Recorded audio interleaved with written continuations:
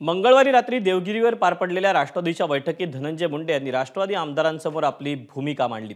अजित पवारांनीही धनंजय मुंडेंबाबत निर्णय मुख्यमंत्री घेतील असं म्हणत चेंडू फडणवीसांच्या कोर्टात टाकलाय।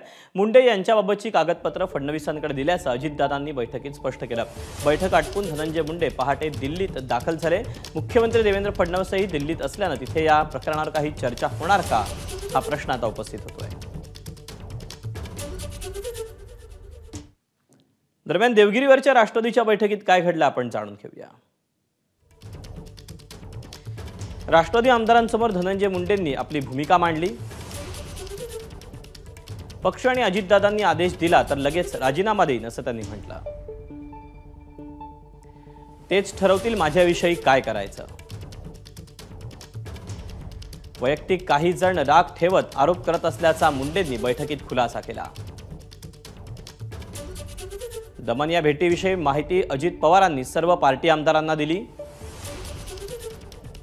अंजली दमन यांनी दिलेली कागदपत्र मुख्यमंत्र्यांकडे दिल्याचं अजित पवारांनी सांगितलं।